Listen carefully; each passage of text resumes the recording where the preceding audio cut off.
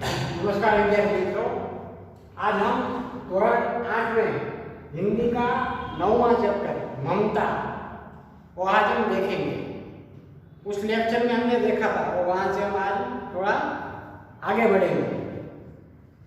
ये ममता चैप्टर के लेखक का नाम है जयशंकर प्रसाद, जिनका जन्म 30/1/1989 में वाराणसी में हुआ था और मूलतः वो कवि ही थे। उन्होंने नाटक, कहानियाँ, निबंध और उपन्यास भी लिखे हुए हैं। ये जो हम कहानी ममता देख रहे हैं, वो कहानी के बारे में हमने पहले भी थोड़ा बातचीत किया था कि ये रोहिदास दुर्ग के मंत्री चूड़ामणि अपनी एकमात्र स्नेहपालिका पुत्री के दुख से अत्यंत दुखी है। ये जो कहानी है उसमें नायिका का नाम है ममता, जो रोहिदास दुर्ग के मंत्री चूड़ामणि की पुत्री है। वो हमने देखा था और वो विधवा थी। और हमने इस कहानी में भी हमने देखा था कि जब वो अपने दुर्ग में यानी कि दुर्ग के प्रकोष्ठ में यानी कि भवन का फाटक के सामने वाले कमरे में वो बैठी हुई है, तब हम उनकी कहानी थोड़ा रिपीट कर लेते हैं तो हम लोगों को ये मालूम पड़े कि हम जो ये ममता जो हम कहानी देख रहे हैं, गद्य देख रहे हैं, उसमें क्या है। तो जब वो बैठी हुई है तब उनके पिताजी चूड़ामणि वो वहाँ प्रवेश करते हैं, लेकिन वो जो ममता थी वो अपने आप में इतनी अंतर्ध्यान थी कि यानी कि वो जो नदियाँ सब जो उनकी महल के सामने था वो देखने में वो इतनी मशगूल हुई थी, इसलिए उनके पिताजी आए और वो चले गए, उनको कोई मालूम नहीं हुआ। और बाद में एक प्रहर बीतने पर फिर उनके पिताजी अपने अनुचरों के साथ 8-10 अनुचरों को लेकर वो कुछ थाल भरकर कुछ लेकर आए। तब बहुत सारे लोगों की पाँव की आवाज़ सुनकर ममता पीछे मुड़ कर देखती है, तो उनको मालूम पड़ता है कि उनके पिताजी यहाँ आए हुए हैं। और बाद में ये जो ममता है, उन्होंने जब वापस वो पीछे देखती है तो उनके पिताजी जो उनके साथ जो अनुचर आए हुए हैं उनको बोलते हैं और जो थाल आदि सब लाए हैं वो वहाँ रख कर उनको लोगों को जाने के लिए कहते हैं। और तभी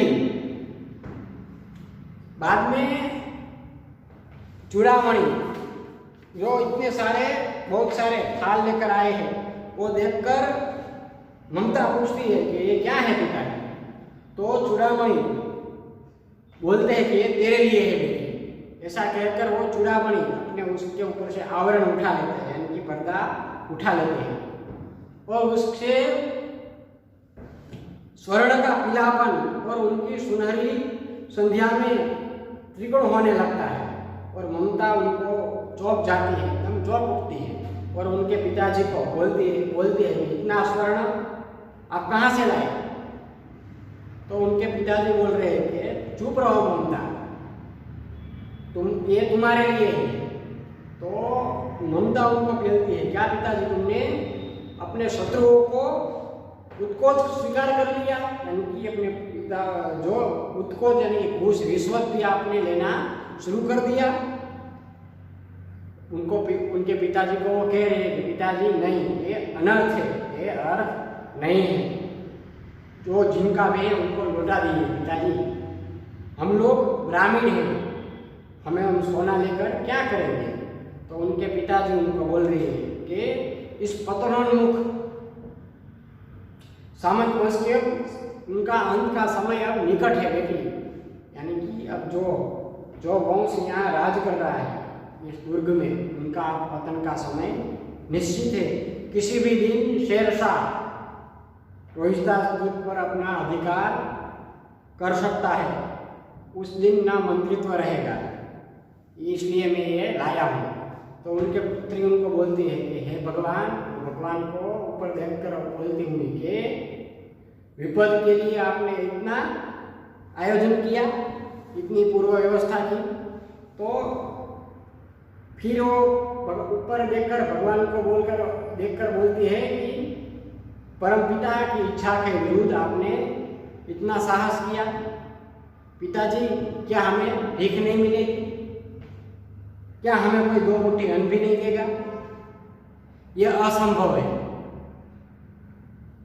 फिर दीजिए पिताजी, मैं कांप रही हूँ, ऐसा उनको पिताजी को बोल रही है।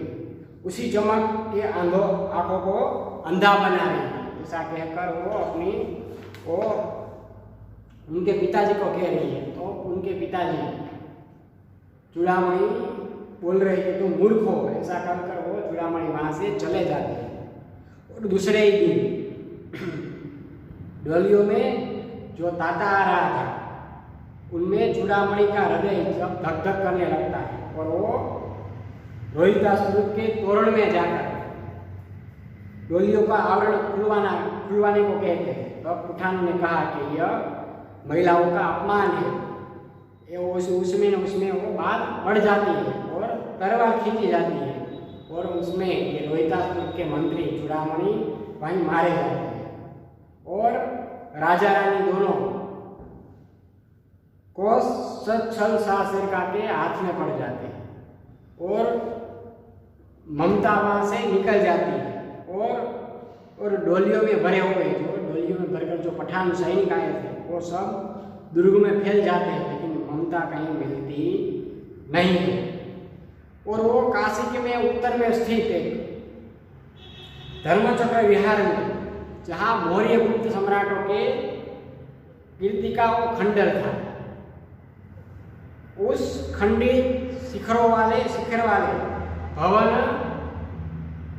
तृण में ढके हुए प्राचीन और ईंटों से ढेर में बिखरी हुई वो भारतीय शिल्प की विभूति और ग्रीष्म की चंद्रिका के स्वयं शीतल कर रही थी। ऐसे वो वहाँ का वो खंडर का वर्णन है वहाँ का कि वो जहाँ गौतम बुद्ध ने उपदेश ग्रहण करने के लिए पंचगामी जो भिक्षुक पहले मिले थे, वही जगह पर उसी स्तूप में भग्नावशेष यानी कि खंडर में मलिन छाया में झुपड़े में दीपालोक यानी कि दीप का प्रकाश में वो पाठ कर रही होती है। और पाठ में वो हमने देखा था कि वो पाठ में मंत्र बोल रही थी। वो कौन सा था? अनन्यश्चिन्तयन्तो मां ये जना परिविपासते तेषां नित्यभियुक्तानां योगक्षेम वहाम्यहम्। अनन्यश्चिन्तयन्तो मां ये जना परिविपासते, कि ये लोग जो अनन्य भाव से मेरा चिंतन करते हैं, भगवान कहते हैं, भगवद गीता का श्लोक है, उन सभी को मैं उन भक्तों के योगक्षेम का मैं वहन करता हूँ। ऐसा वो पाठ कर रही होती है और उसी के बीच उनका पाठ रुक जाता है और एक भीषण और हताश आकृति दीपक में मंद प्रकाश में कोई सामने खड़े हो जाता है और स्त्री बोल उठती है। उसने और वो जो पाठ करती हुई स्त्री है ममता, वो उठ जाती है और वो कपाट जो उनके झुपड़ी का कपाट है वो बंद करना चाहती है, लेकिन परंतु जो व्यक्ति उनके सामने खड़ा था वो बोलता है, माता मुझे आश्रय चाहिए, ऐसा वो सामने वाला व्यक्ति बोलता है। तो ममता जो स्त्री थी वो पूछती है कि तुम कौन हो, ऐसा स्त्री पूछती है। तो सामने वाला कहता है कि मैं मुगल हूँ और चौसा युद्ध में शेरशाह से विभिन्न होकर यानी कि संकटग्रस्त होकर मैं रक्षा चाहता हूँ, इस राह तक आगे चलने में मैं असमर्थ हूँ। तो सामने वो स्त्री पूछती है क्या शेरशाह से? स्त्री ने वोट काट ली। बाद में वो जो व्यक्ति आया हुआ है बोलता है कि हाँ माता शेरशाह से, परंतु बाद में वो स्त्री बोलती है कि तुम भी वैसे ही हो जो क्रूर हो और वही भीषण रक्त की प्यास, वही निष्ठुर प्रतिबिंब तुम्हारे मुख पर भी है। सैनिक तुम इस कुटीर में स्थान नहीं, तुम्हारा इस कुटीर में कोई स्थान नहीं है, जाओ कहाँ दूसरे जगह आश्रय खोज लो। तब तक हमने ये जो गद्य ये ममता देख रहे थे, तब तक हमने वो वहाँ देखा था। अब वहाँ से हम आगे बढ़ते हैं। गला सूख रहा है, वो जो व्यक्ति आया हुआ है वो बोल रहा है कि गला सूख रहा है, यानी कि प्यास लगती है, उनको प्यास लगना, गला सूखना यानी प्यास लगना। ये जो मुहावरा है गला सूखना यानी कि प्यास लगना, वो जो व्यक्ति आया हुआ है उनका गला एकदम सूख रहा है और साथी छूट गए हैं। उनके साथ जो उनके साथी थे, सैनिक थे, वो सब छूट गए वहीं मैदान में। शेरशाह से संकटग्रस्त नहीं है, वो सब वहाँ छूट गए हैं। अश्व गिर गए हैं, जो उनके अश्व में वो बैठ कर आए थे वो भी सब गिर गए हैं। इतना थका हुआ हो, इतना कहते हुआ व्यक्ति दम से बैठ गया। वो स्त्री को बोल रहा था कि मेरा गला सूख रहा है, यानी कि मुझे प्यास बहुत लगी है और मेरे सब साथी जो मेरे सैनिक थे वो सब छूट गए हैं और इतना मैं थका हुआ हूँ। इतना कहते कहते वो व्यक्ति धम से वहीं पर बैठ जाता है। उसके सामने पूरा ब्रह्मांड घूमने लगा। उसके सामने पूरा ब्रह्मांड घूमने लगना यानी कि चक्कर आना, जिनको हम बोलते हैं ब्रह्मांड घूमना यानी कि चक्कर आना। उनको पूरा ब्रह्मांड घूम रहा यानी कि उनको चक्कर आने लगता है। स्त्री ने सोचा यह विपत्ति कहाँ से आई। जो स्त्री थी वो पूछ रही, जब वो व्यक्ति के सामने पूरा ब्रह्मांड घूम रहा है यानी कि वो चक्कर आने लगता है, तो वो स्त्री को मन में सोच रही है कि ये विपत्ति ये कहाँ से आई। उसने जल दिया और मुगल के प्राणों की रक्षा हुआ। जो ये मुगल आया हुआ था उनके झुपड़ी पर, पहले तो उसने कहा कि मेरा गला सूख रहा है, मुझे प्यास लगी है और मेरे सब साथी छूट गए हैं, मेरा अश्व भी गिर गया है और मैं थका हुआ हूँ। इतना बोलते बोलते वो वहाँ पर दम से बैठ जाता है और उनके सामने पूरा ब्रह्मांड यानी कि उनको चक्कर आने लगते हैं। तो स्त्री सोचने लगती है कि विपत्ति कहाँ से आई और वो उस व्यक्ति को, उस मुगल को वो जल देती है और उनके प्राणों की रक्षा होती है। वह सोचने लगी कि ये दया के पात्र नहीं, ये दया के पात्र न होना। मुहावरे में तीसरा दया के पात्र न होना यानी कि दया करने योग्य होना, दया करने योग्य न होना, दया के पात्र नहीं, दया का पात्र होना यानी कि दया करने योग्य होना, यानी कि दया करने योग्य न होना, ये दया के पात्र नहीं है, दया के योग्य नहीं है। मेरे पिता का वध करने वाले आतताई, उनके पिताजी यानी कि ममता के पिताजी का नाम था वध यानी हत्या, तो हम सब जानते हैं वध यानी हत्या। वो सोच रही है मन में कि मेरे पिता का वध यानी कि हत्या करने वाले सब आतताई है। घृणा से उसका मन विरक्त हो गया।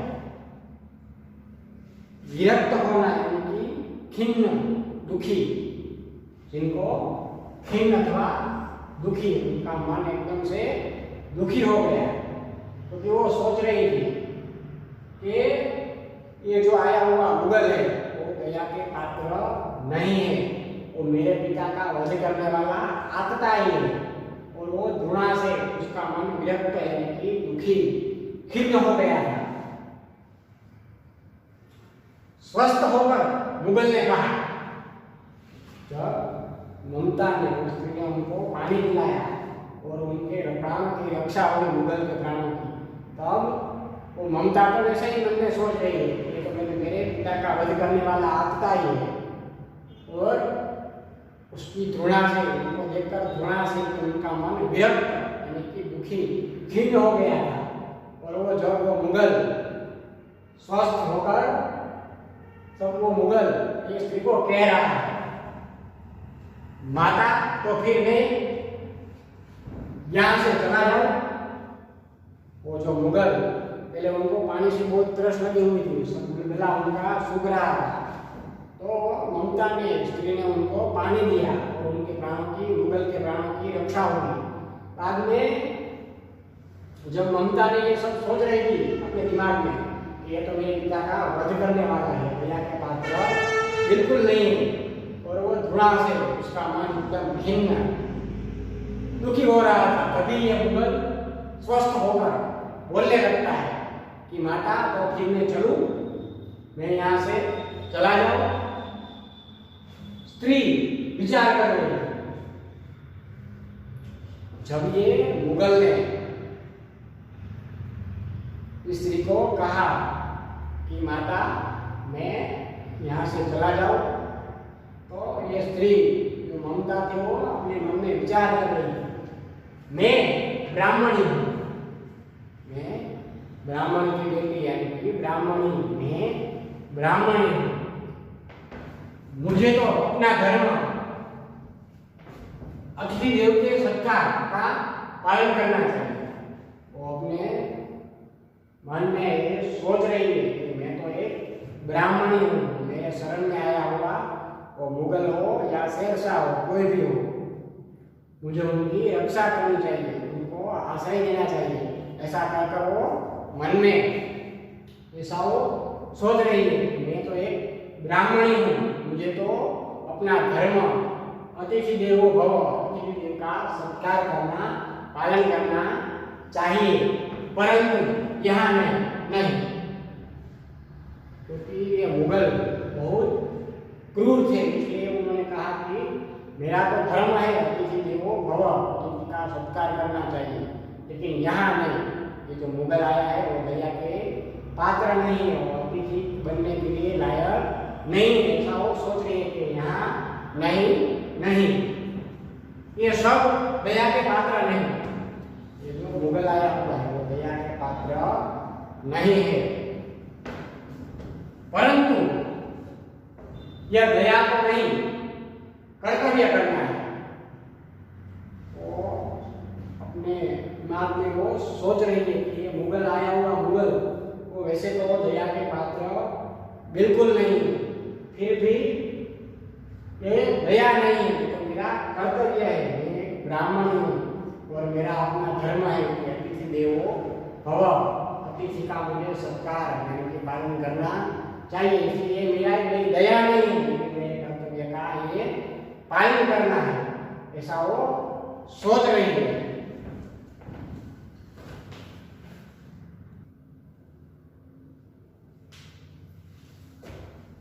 ये तो मेरा वो सोच रही है कि मेरा ये अतिथि देव का सत्कार पालन करना मेरा दया नहीं है, तो मेरा कर्तव्य, इसलिए मुझे उसका पालन अवश्य करना होगा। तब मुगल अपनी तलवार टेक कर उठ खड़ा हुआ। ये मुगल खूब थका हुआ था और जब वो आया था तब वो अपने पैर पर चल भी नहीं पा रहा था, इतना थका हुआ, वो युद्ध में से आया हुआ संकटग्रस्त था। इसलिए जब ममता ने उनको पानी दिया तब वो उनके उस मुगल के प्राणों की रक्षा हुई। बाद में ये खड़ा हुआ और ममता स्त्री को बोल रहा है कि मैं आप कहते तो मैं चला जाऊं। बाद में ये ममता स्त्री विचार कर रही है कि नहीं, मैं ब्राह्मणी हूँ, मुझे अपना धर्म अतिथि का सत्कार करना पालन करना चाहिए, लेकिन यहाँ नहीं, ये दया के पात्र मुगल बिल्कुल नहीं है। इसलिए वो बोल बाद में वो बात में सोच रही है ये दया नहीं है परंतु कर्तव्य करना है, ऐसा कहकर वो सोच रही है। तभी कि मुगल अपनी तलवार का टेक रखकर वो वहां से खड़ा होता है। ममता ने कहा क्या आश्चर्य है कि तुम भी छल न करो, ठहरो। क्योंकि ममता ने सोचा कि ये जो अपनी तलवार के टेक रखकर वो खड़ा हुआ है मुगल, वो शायद मेरे साथ छल करेगा, ऐसा कहकर वो बोल रही है मुगल को। ये क्या आश्चर्य है कि तुम भी छल न करो, तुम्हारे तो रक्त में ही छल लिखा हो, छल करना है, ऐसा कहकर वो तुम भी छल न करो, तुम मुगल कभी छल न करो, ऐसा कभी होता नहीं, ठहरो, ऐसा कहकर वो उनको रोक देती है। छल नहीं, तब नहीं स्त्री, वो सोच रहा है कि छल तब नहीं स्त्री, अब छल नहीं, जाता हूं। तैमूर का वंशधर स्त्री से छल करेगा, जो आया हुआ व्यक्ति है वो बोल रहा है कि छल नहीं, मैं छल नहीं करूंगा, मैं तो तैमूर का वंशधर हूं, तैमूर का वंशधर हूं, और वो तैमूर का वंशधर होकर मैं कभी कोई स्त्री के साथ छल करूंगा, ऐसा आपको लगता है? ऐसा वो स्त्री को बोल रहा है, मैं तैमूर वंश का वंशधर हूं और मैं आपके साथ कोई छल करूंगा, वो भी एक स्त्री के साथ में छल नहीं करूंगा, मैं कभी छल करेगा नहीं करेगा। ये सब कह रहे हैं, जाता हूं, भाग्य का खेल है।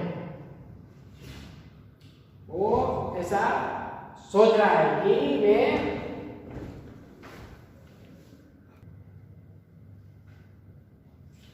वो कह रहा है कि मैं चला जाता हूं यहां से। ये तो भाग्य का खेल है, भाग्य का खेल यानी कि जैसा भाग्य में लिखा है वैसा होना। भाग्य का खेल यानी कि जैसा भाग्य में लिखा वैसा होना। यहाँ हमने बहुत सारे मुहावरे देखे।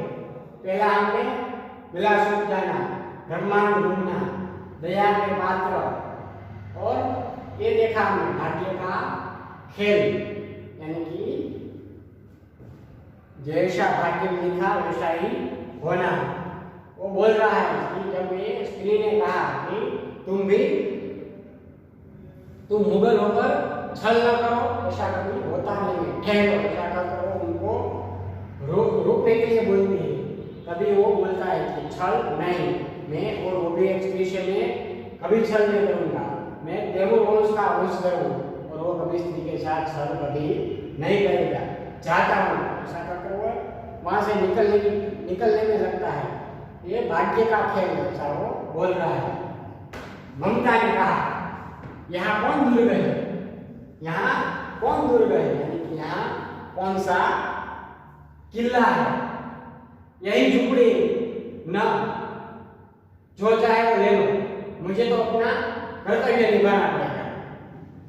वो उस मुगल को कह रही है कि जब ये कहा, ये व्यक्ति ने कहा कि ये सब भाग्य का खेल है, भाग्य में जैसा भाग्य में लिखा है वैसा ही होता है, तो ममता ने भी कहा कि यहाँ कौन दुर्ग है, यहाँ कौन सा दुर्ग है, ये तो झोपड़ी है, जो चाहे वो ले लो, लेकिन मुझे अपना कर्तव्य तो निभाना ही पड़ेगा, क्योंकि मैं एक ब्राह्मणी हूँ, मुझे अपना धर्म, अतिथि का सत्कार, अतिथि देवों के सत्कार, अतिथि देवो भव, तो मुझे निभाना ही पड़ेगा। जाओ भीतर, थके हुए पथिक, वो आए हुए व्यक्ति को बोल रही है कि मुझे अपना तो कर्तव्य निभाना ही पड़ेगा, मैं तुम्हें इस स्थिति में कहीं जाने नहीं दूंगी, जाओ भीतर चले जाओ। पथिक यानी कि वो व्यक्ति को कहे जाओ, तुम पथ काट कर आए हुए पथिक, तुम वहां चले जाओ। तुम चाहे कोई भी हो, मैं तुम्हें आश्रय देती हूँ।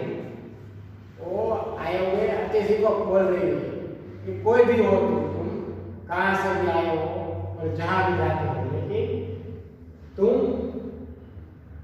मेरे पास आश्रय लेने के लिए आए हो, इसलिए तुम कोई भी हो, मुझे इससे कोई फर्क नहीं पड़ता। तुम मेरे अतिथि हो, इसलिए मैं तुम्हें आश्रय देती हूँ।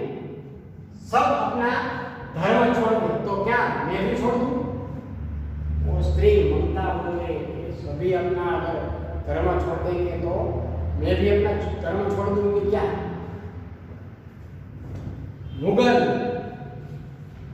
मुगल ने चंद्रमा के मन प्रकाश में, वो महिमा में मुखमंडल देखा।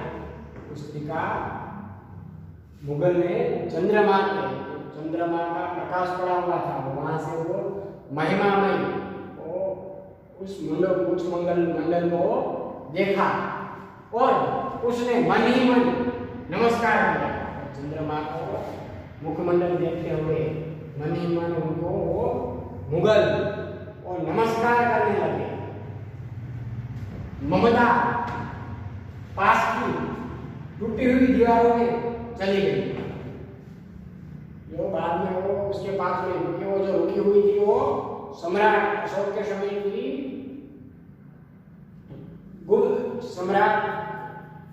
सम्राटों के समय में वो गुप्त सम्राटों की कीर्ति का वो खंडर था, इसलिए और वहीं पर उनकी झुपड़ी थी। इसलिए जब ये अतिथि आए तो ममता ने उनको आश्रय दिया, तो उनको कहा भीतर थके हुए पथिक को, इसलिए मैं तुम्हें आश्रय देती हूँ, तुम चाहे कोई भी हो, लेकिन फिर भी मैं तुम्हें आश्रय देती हूँ। इसलिए सबने अपना धर्म छोड़ दिया है, तो मैं भी अपना क्या धर्म छोड़ दूँ? ऐसा कहकर वो मुगल को आश्रय देती है। और तभी अगर मुगल आया हुआ मुगल वो चंद्रमा के मध्य प्रकाश में वो महिमामय मुखमंडल को देखते हुए मन ही मन उनको नमस्कार करता है। और वहीं ममता पास की टूटी हुई दीवारों में वो चली जाती है। भीतर पथिक ने झुपड़ी में विश्राम किया। भीतर पीछे जाकर पथिक आया हुआ पथिक ने उस झुपड़ी में आकर उसने विश्राम किया। इसमें हमने बहुत सारे शब्दार्थ भी हमने देखे यहाँ, और मुहावरे भी। गला सूख रहा है, गला सूखना यानी कि प्यास लगना, ब्रह्मांड घूमना यानी कि चक्कर आना, दया के पात्र यानी कि दया करने योग्य न होना, दया के पात्र नहीं, दया के पात्र होना यानी कि दया करने योग्य होना, दया के पात्र नहीं यानी कि दया के पात्र न होना, वध यानी कि हत्या। और बाद में हमने लास्ट में देखा भाग्य का खेल, यानी कि जो भाग्य में लिखा हुआ है वही होना। ये सब जो भाग्य में लिखा हुआ है वो वैसा ही होना, ये उनका मुहावरे, पहला दूसरा और तीसरा 3 मुहावरे हमने, 4 मुहावरे हमने इसमें देखे। और एक वध यानी कि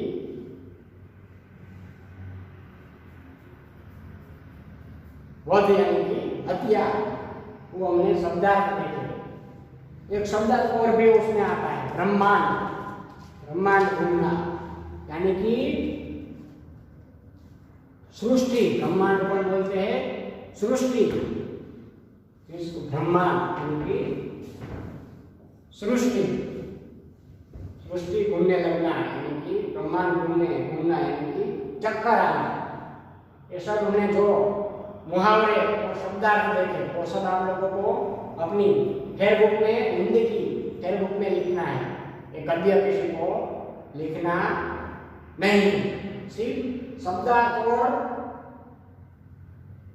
मुहावरे और दोनों ही आपको अपनी फेयरबुक में लिखना है। पैराग्राफ किसी को जो यहाँ दर्शाया हुआ है वो किसी को अपने फेयरबुक में लिखना नहीं है, वो आपकी पाठ्य पुस्तक में दिया गया है, इसलिए ये किसी को लिखना नहीं, सिर्फ शब्दार्थ और मुहावरे अपने फेयरबुक में लिखना है।